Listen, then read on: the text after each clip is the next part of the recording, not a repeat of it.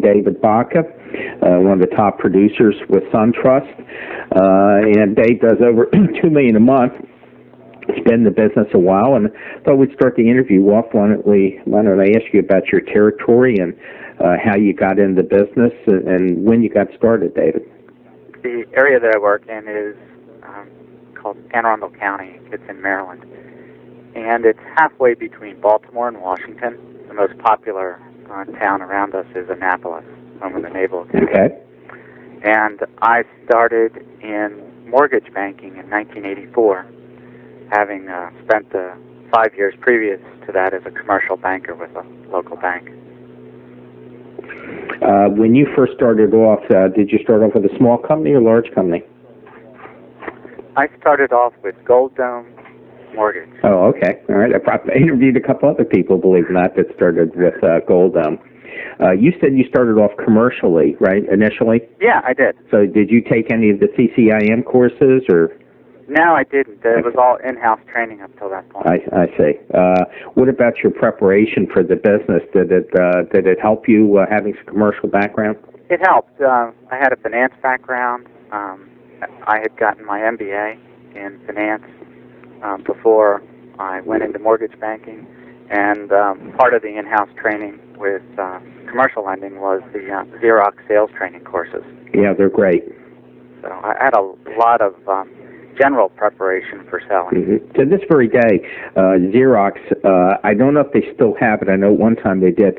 For our listeners out there, anyone that can get hold of it, they had the premier course on listening.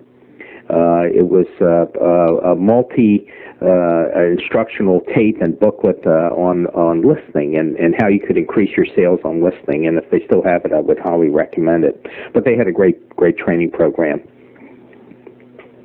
Well, let me ask you something. Once you started, how did you start? Did you go after realtors in the traditional sense? I mean, I had the very traditional start. Here's the rate sheets. Here's the business cards. And goodbye. No, they gave me a map. They gave you a map and said goodbye. Then they said goodbye because I had no idea where Anne Arundel County was. What about training? What kind of training did you have, or should I even ask that? That was my training. I thought I fully described it. I see.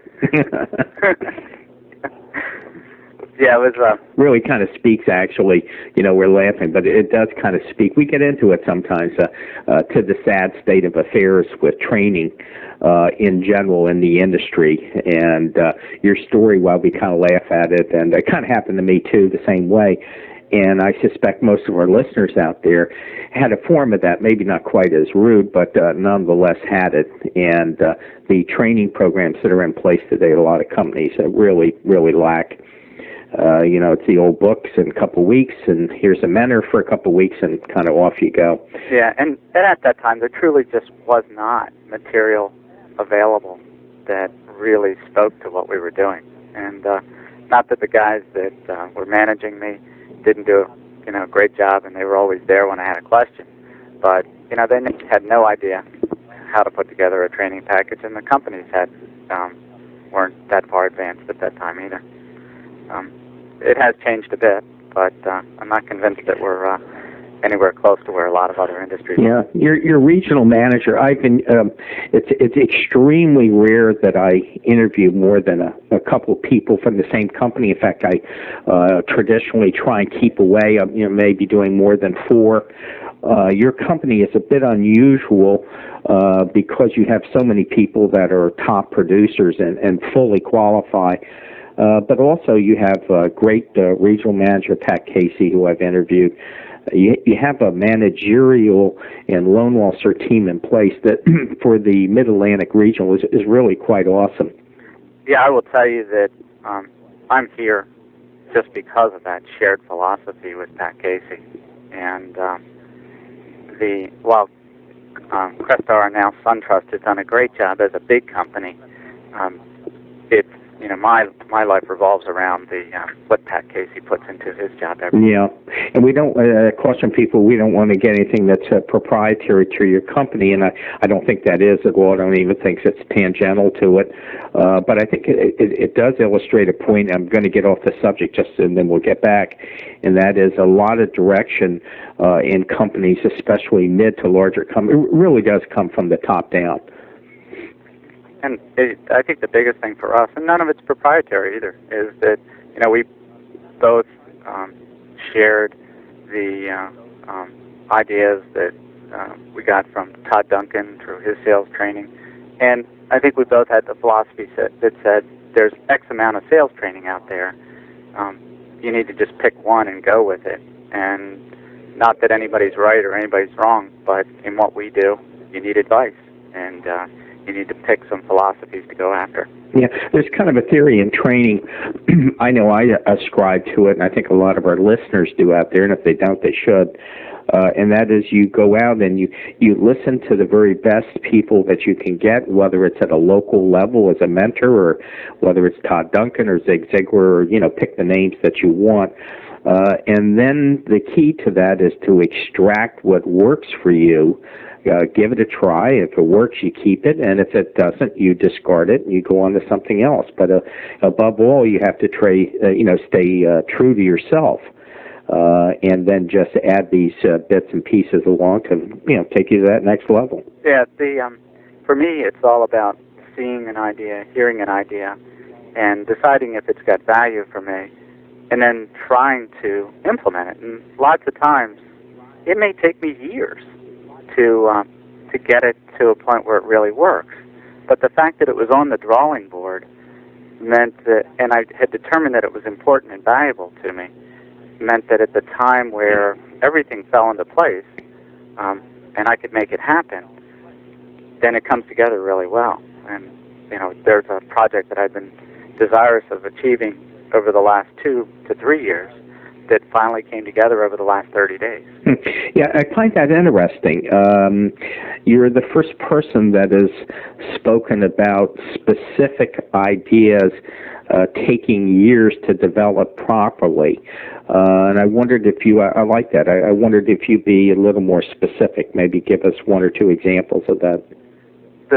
The one that just came together for me is that I've always been strong at following up. And I always wanted to develop a more professional method of following up. So every time I have a conversation with somebody, I wanted to be able to follow up in writing. And I developed a series of cover letters, about 25 of them, that I could mail out after I talked to somebody as it relates to a product or service that we have. I like that. Go. How about a little more detail?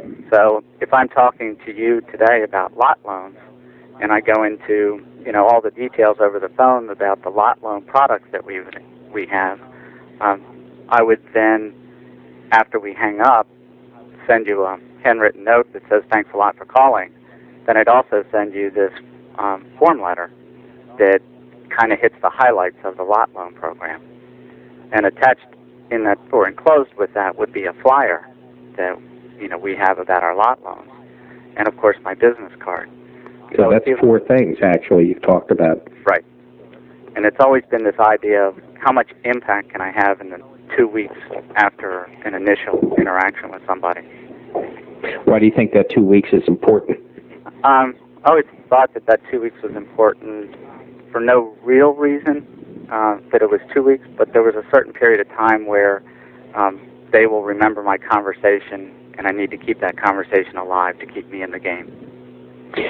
Well, there's a theory in sales. It's not so much a theory. They've actually proven it. I may be off a couple hours, but I believe the thought process is that you remember only about 40% of what you heard after about 3 hours.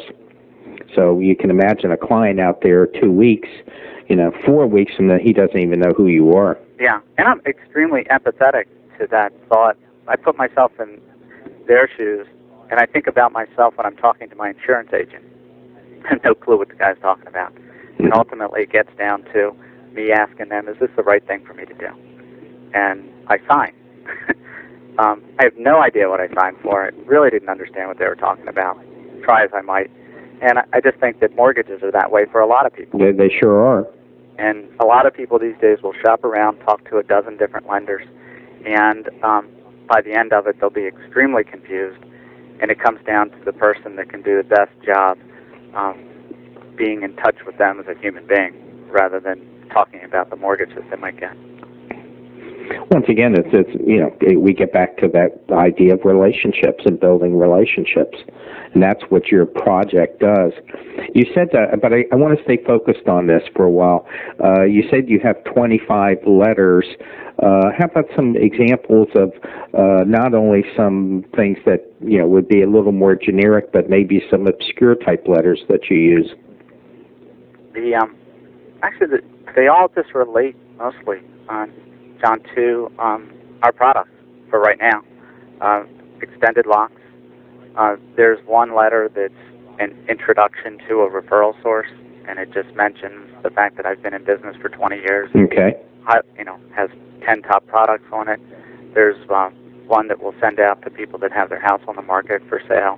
Another intro letter to financial professionals, CPAs, and financial planners. What kind of software program do you have? I just use ACT. Okay. Which a lot of people do. You'd be surprised if we go just by the number of people that we interview. I would say maybe 80% use ACT, and maybe another 10 might use something like Goldmine, and another 10 have proprietary systems that either they use in tandem or separately. But ACT, certainly with this industry, is coming out as a very, very flexible for what you need. What is it? Is it linking to Word? How do you have it set up? You know what? I don't even link to Word, although I could very easily. Mm-hmm. But I just use the word processor in ACT. Mm-hmm. I don't even go to the extent of linking to Word, even though I know I should. Well, you don't necessarily have to, because that thing creates a record also. Yeah. For you in ACT, where you can go in and look at that customer and actually see what, bring his name up when they call and actually see what letter that you sent him.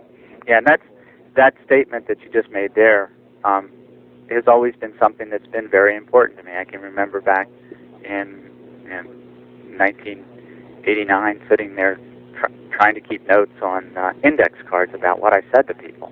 And as software developed and I got familiar with ACT, it met that need for me to be able to record my interaction with prospective clients and referral sources. Yeah, one of the great innovations in computer software came with the disk drive, and a lot of people were too young to remember this, but before, and I sold computers for IBM when I was a young kid. Before that, before you had disk drives, you did not have what was called random access. Literally, if you had an accounting company that you were trying to sell, you went in and they had tub files that they would pull stuff from. Inventory, you had tub files where you pulled cards and assembled the cards, for example, if you wanted to create a suit. I remember a company called Levo Brothers, that's the way they did it. And once the disk drive came, it in essence took that ledger book or that tub file and created random access, which means you didn't have to go through an entire tape, which was faster than random access for many, many years, to find that one particular file. So in essence, that's exactly what you're doing, is creating random access from the start. From when someone calls, you can pull the name up, and then you can take ACT and sort to get their name, then hit the button and go right to their contact card, and from there, right to the letter or whatever you want to put in. And then the next thing that it's doing for me is, with this letter out there, it now creates the opportunity for another follow-up phone call. That's an interesting comment. This also, though, begs the question that it's one thing to send a letter out there. How do you prove to yourself that letter is effective? And I know part of the answer is going to be, by the number of calls that I get back. So do you have any statistical information on how effective it is for you? No, I have no statistical information. Just anecdotal. Yeah, I just, if nothing else, I think it's the right thing for me to do as an individual, and it increases my self-confidence in my approach to clients and referral sources. Mm-hmm. So, like I said, if nothing else, it creates a follow-up phone call 3 or 4 days later where I can say, hey, I sent you this letter about the conversation that we had the other day. Are there any other questions that I can address for you at this Right, time? exactly. And I'm sure, even though it's anecdotal, the fact of the matter is you wouldn't be spending your money in doing this if you weren't getting return calls off of it. Right. Most of the agents that I talk to that are successful, as you are, and the others, their business has kind of gravitated over the years, even if they just concentrate on realtors and have always concentrated on realtors. You see that subtle shift where when I ask them what percentage of their business they're getting from realtors, even if they only go after realtors, you see it slipping towards 40, 50, 60% with realtors, and the rest is referrals, and that's because you've built up your database using the kind of tools that you're talking about. Yeah, it's true. And for me, at one point, there was almost a glass ceiling on how much production I could generate from my realtor referral sources. And I think somewhere along the way I figured out that might be $15 to $18 million a year. So if I wanted to grow my production, then it had to come from additional sources. And so I had to learn how to approach my closed loan clients and how to begin to develop relationships with other professionals that might be able to refer business. Mm-hmm. Well, we'll get into the other professionals in a minute.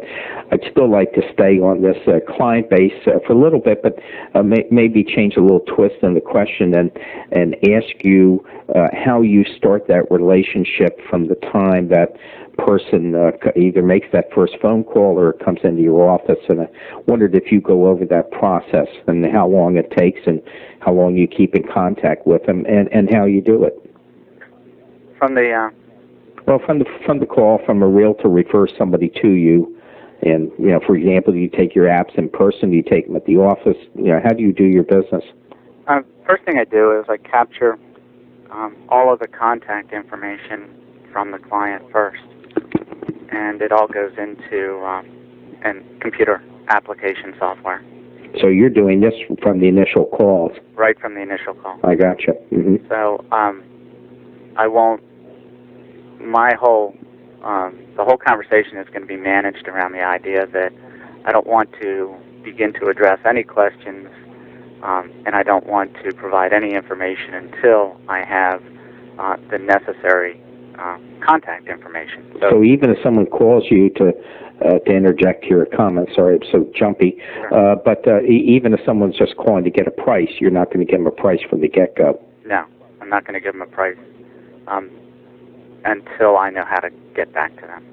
And if they're demanding about just wanting a price, I'll let them know that the market is subject to change at any minute, any hour, and so that I can keep them up to date, I'd like to get a phone number that I could call you back at work. Can you give me your home phone number? And just go back into the routine of the questions that relate to getting their contact information. So that's the start of it for me.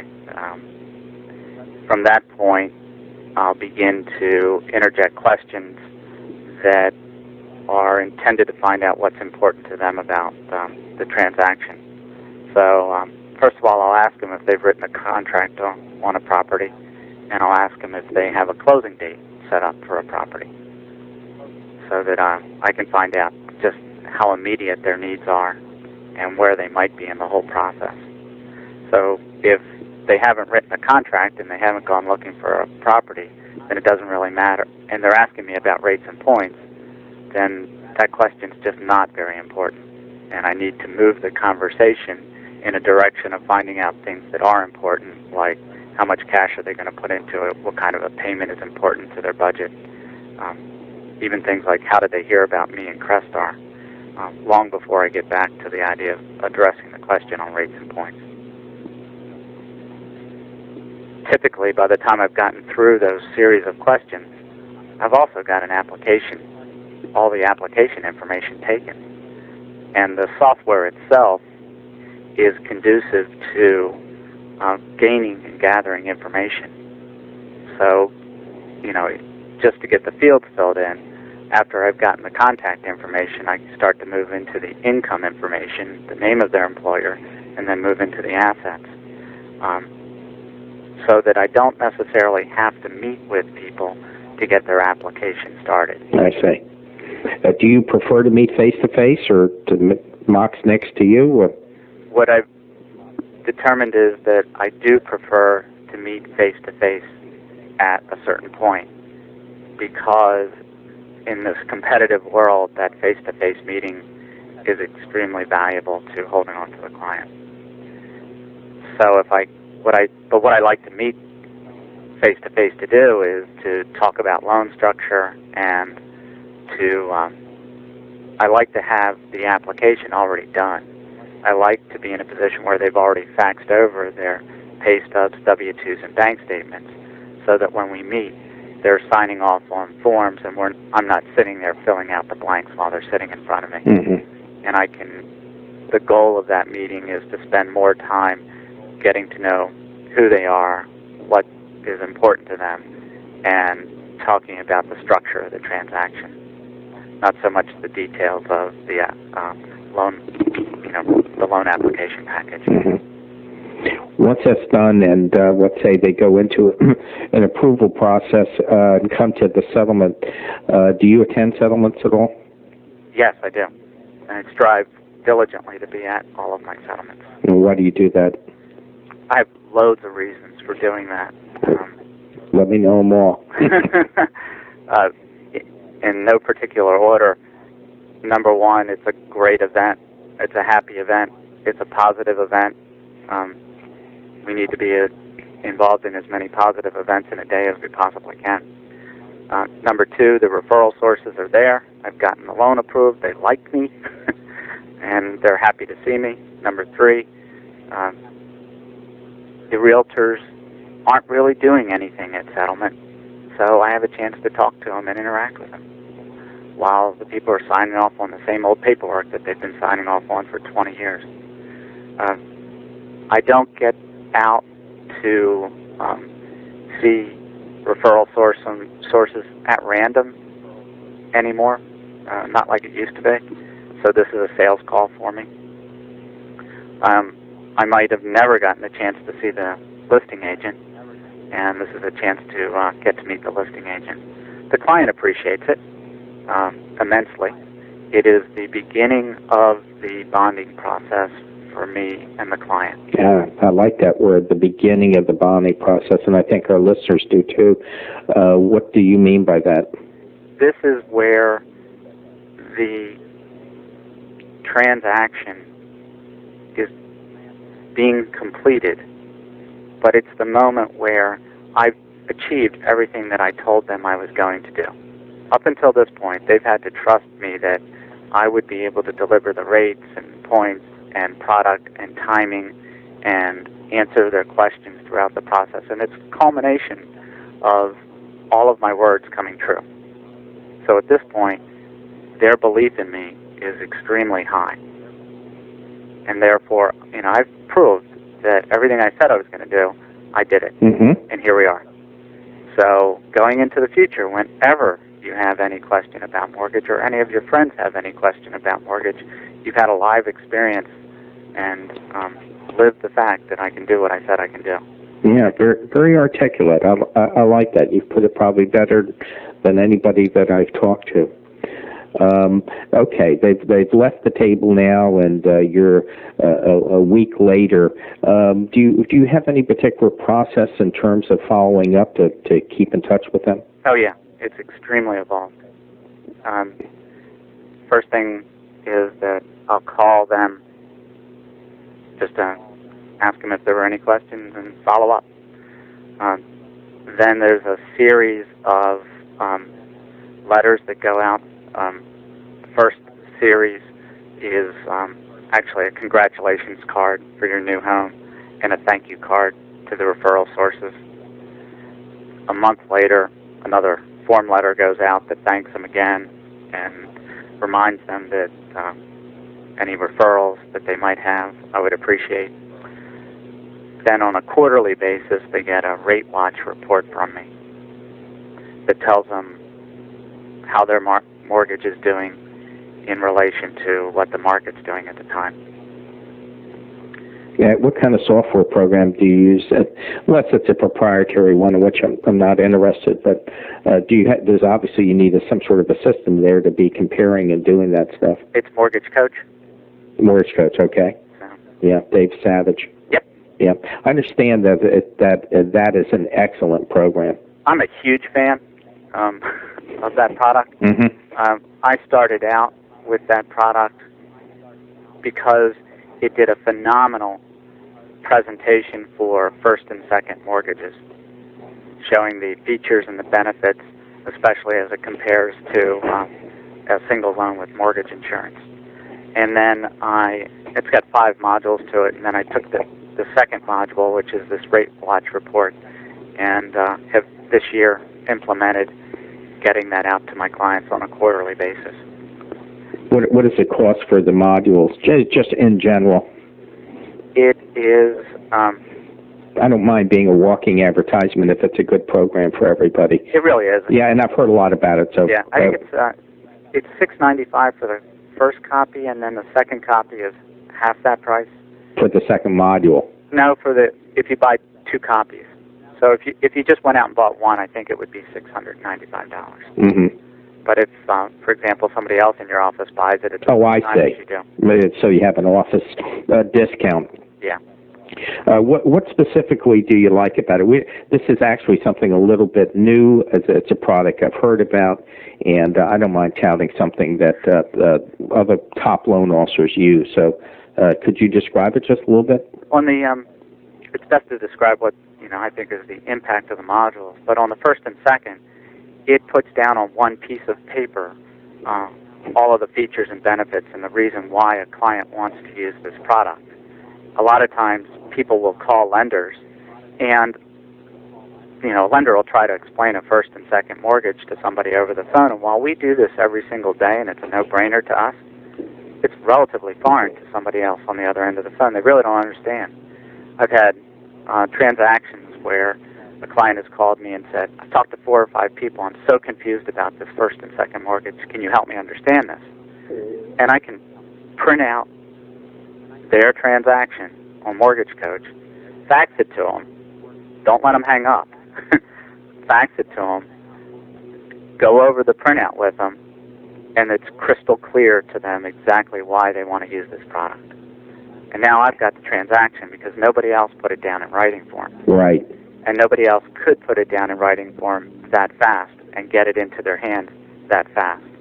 And I know that I can go back in my pipeline over the last 2 to 3 years and pick out 1 or 2 loans a year where that specific scenario occurred.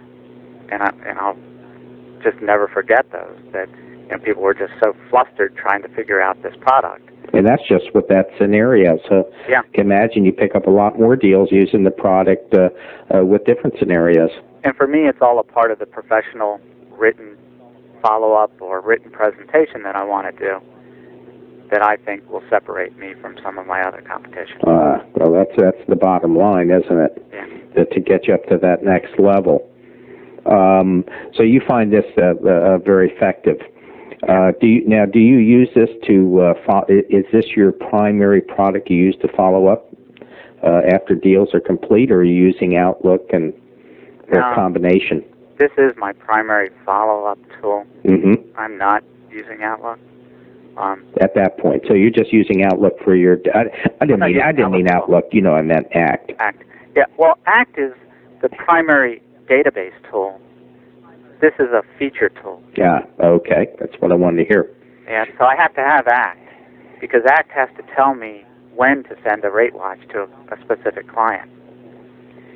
And then I need the rate watch or Mortgage Coach software to produce the presentation. Did they link? Yeah, I don't know if they do, but what does link that that makes it work for me is my initial software that I take the application on is Calyx Point. And that... Yeah, they are integrated with them. I know that. Yeah. Just from my reading. So I bring everything in on Point, and then I can export to both ACT and Mortgage Coach. So, go ahead. 3 months from now, or 3 months after the deal closes, I get a recurring event popping up on ACT that says send a rate watch to John Andra, and I go over to Mortgage Coach and I print it out. Mm-hmm. Yeah, I think Contour does too. It's the integration of these modules, whether you're using Mortgage Coach or something else, that makes a lot of sense. I find that interesting because you're using technology not only to save you time, but which it certainly does, but to really enhance the quality of the information that's going out to these people. It seems to be, just from listening to you, that what you're sending them is very much on target, should be of interest to them. You're not sending a recipe for cookies. Not that doesn't work too. Yeah, there's all levels of contact. I also send out a quarterly newsletter, which might have a recipe for cookies. Yeah, exactly. Yeah, you never know what hits. When I was doing some interviews, it's been some time back, I don't know, I ran into about 3 interviewers that were very hot on using magnets on refrigerators.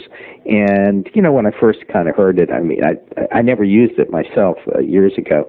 I was kind of, no big deal and everything. But I kept hearing these stories from people that how much business they get from this simple, stupid magnets that are sitting on doors. And yet, when you think about it, it's nothing more than going back to your basic, whether it's commercial real estate. I've taken a couple of the CCIM courses, that where you learn that signage is the best and cheapest form and most effective form of advertising there is. And I will tell you that for me too, magnetic business card once a year.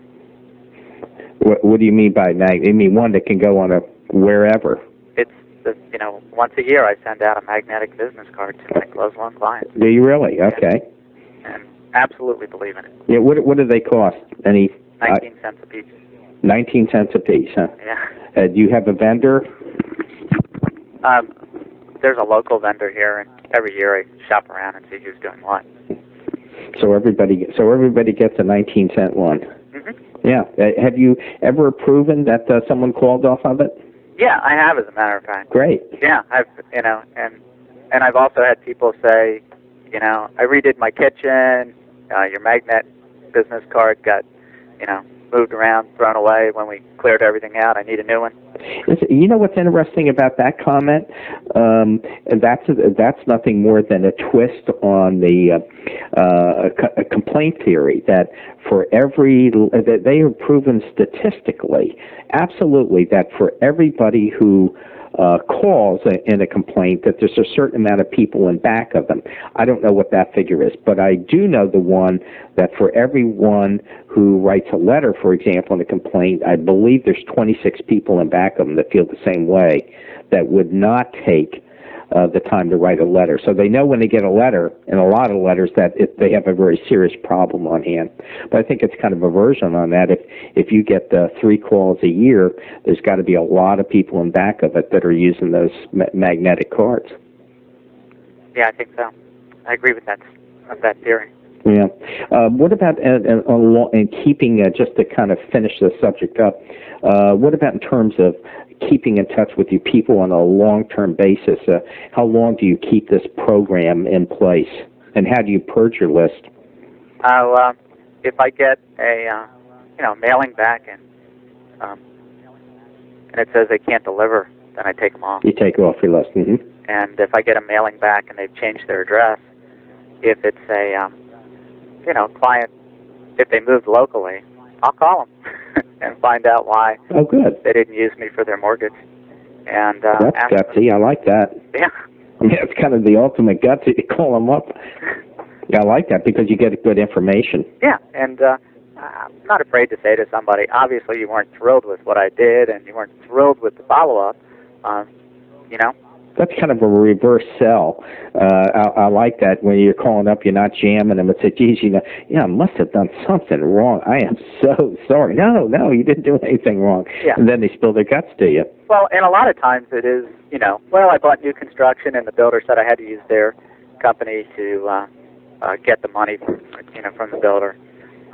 Or my brother-in-law is now a mortgage guy, or but he did such a lousy job, I'll never ever talk to you again. At least I get to find out.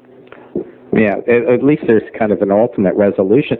Probably some people that, if they bought it from a builder, would use you again if they made another move, so it'd be worth keeping them on the list. Yeah, and if they're buying now, then they're going to be refinancing over the next 2 years. So we get them back on the list, find out the details of the mortgage that they got. We keep sending them a rate watch. Yes, and I was going to ask you, I'm assuming a rate watch is your primary tool for refinances, although we're not necessarily in a refi market now. We are now. They come and go. Depends on how you look at it. Right? Well, I guess, yeah, if you want to go into an ARM or something. But, my point is, everybody that I've talked to or done a loan for in the last 6 months, given the history over the last 10 years, they're going to be refinancing. Mm-hmm. And I need to do an even better job with these people. I need to be even closer to these people, because if rates do, cyclically what they've done over the last 10 years, these guys are going to be refinancing. I need to be their absolute best friend, especially now. Yeah, well, especially now that we usually don't time these interviews, but we are in a cycle of rates that certainly the long-term rate has gone up, and I assume now that you're primarily working off 3 and 5/1 ARMs, or Absolutely. As your main vehicle. Absolutely. Mm-hmm. Yeah, there's a spread there. Not too much of a spread when you get into some of the other products. If you went into a 723 or something like that. Now, for us, it's the 5/1 ARM and the 1-year ARM. What do you find attractive about this is a throwaway question to satisfy my mind. What do you find attractive about a 1-year ARM? I know as a personality, just scares the hell out of me. Mathematically, it's a great opportunity. If you can get 6.75 today or 6.5 with no points, no origination fee, and if you manage your mortgage instead of just thinking it's a 30-year thing that's going to sit out there, but if you manage that no different than your other assets, you're going to find that when that product's ready to adjust, if you don't like where it's adjusting to, you can probably go out into the marketplace and find a replacement for it. And maybe even stay at 6.5 or 6.75. With no points. With no points. Mm-hmm. And just have to spend the cost of refinancing, which might be $800 to $1,200 on a real conservative estimate. And in the end, your net savings might be real. Especially since you're starting off at a new start rate. Mm-hmm. So in essence, you may not, the gain may not seem a little illusory, but starting off at a new start rate there will save you money throughout the life of that 1-year ARM in theory. Yeah, and think of it this way. If you had gotten a 1-year ARM 12 months ago and you were adjusting today, you'd be adjusting to 6.4 plus 2.875 subject to your cap. Yeah, right. And let's say your cap, that addition puts you over 9. Let's say your cap keeps you at 8.5. You can call me up on the phone today and say, hey, what do you got for a 1-year ARM? I'm at 6.75, 0 and 0. Mm-hmm. So another opportunity to, bank some bucks in and to help your client at the same time. Mm-hmm. And, of course, it's not good for the lender, but... Well, it's good if you're the guy doing it. Yeah. and this all does kind of tie in, and it's good for you if you can do it, and you do it by using things like Mortgage Coach and ACT and some of the other tools that are available to you. I talked to, not to digress too much, but I talked to a lot of people, even top producers, that do not really take advantage of the technology that's available like you do. And I make that observation, not necessarily as a negative, although I guess people can take it how they want. But it's one thing to have the technology out there. It's another thing to use it, but also to use it in an intelligent manner. Here you have been discussing really taking 3 different modules of Calix and ACT and Mortgage Coach and integrating everything into and plus the letters that you have. So really, I guess 4 modules here of technology and integrating all of them into a forceful whole. And that's value add. I mean, is there any difference between that and someone who takes a piece, and you're in commercial lending, is there any difference between, tangential as it is, between that and someone who takes a lot and does an acquisition development loan and puts bricks and mortar and takes the value of that and then can charge a certain rate? He's created value added in selling a building? No, it's, it frees me up to be able to talk to people more. Which is another benefit. Yeah. And still give them more information than I would have otherwise been able to do. Right, exactly. Certainly more than my yellow legal pen. Yeah. When did you kind of come to the belief you're not unique? You're not unique at all among top producers in the way they use technology. You're a little bit unusual to the lengths that you go. But when did you start to realize that this was a way to go? Obviously, you have an MBA background, and so you certainly understand the concept of present and future value and some of the other things that are necessary in that business. But when did you come around to realizing that technology was the way to go, that it could, get more business and save you time at the same time? I started to organize. I guess it was not so much the realization of technology, but the idea of the value of a database and being in contact with the database, and therefore the need for technology to be able to stay in touch with the database. So in 1992, I began an organized program of staying in touch with my closed loan clients, and that took technology and software to do that. And it's certainly evolved and changed vastly since then. But that's when I started doing it. What's your advice to loan officers out there who are in the business, have been in the business for a while, and really aren't availing themselves of these type of tools? Do you think it's too late for them to start doing it? No, you start today and start working backwards, 1 month at a time, being in contact. Capturing the information that you have, and just keep going back as far as you can. Mm-hmm. But you have here we have the loan file, and if you don't have your data fields filled in, then get them filled in and start a campaign to be in touch with the clients. I mean, you're fully integrated. You've clearly stated that even when someone's calling in on a phone call, that you're starting to enter data as a case on them. So, I mean, you literally are starting from the birth. Absolutely. And it's, the only way to get it to be a habit is to start making it a habit. And the only way to get it to become valuable is to learn how to use it. So if I don't, my theory was if I don't start from the very beginning, then I'm never going to be able to develop a system that utilizes the technology to make it easier for me. Mm-hmm. Because in the beginning, it's more work than it saves. Oh, sure, of course. But over time, it gets to the point where, I walk in the door on a certain day and want to send something out, it can be gone by the end of the day mm-hmm. to hundreds of people. Do you have a PC at home or a laptop that you use when you carry around? I have, yes, I have a PC at home, and I have a laptop, but I don't carry the laptop around. I download my data to a zip disk, at the end of the day, and I take it home and upload it to my PC at home. Mm-hmm. So I'm not carrying the PC around. Why do you use a zip versus a 3.5? Because the database is too big for 3.5. So you're downloading the entire. It's like doing a constant daily update. Yeah, I'm back. In case something crashes. Yeah, it's that. I learned it the hard way. We all, and there's a specific reason why I'm glad to hear you say that for listeners out there. Probably 50% of the people out there don't know what the heck a zip drive is, which kind of shame on them. But I wondered if you just kind of go into the advantages of using a zip drive and what it does.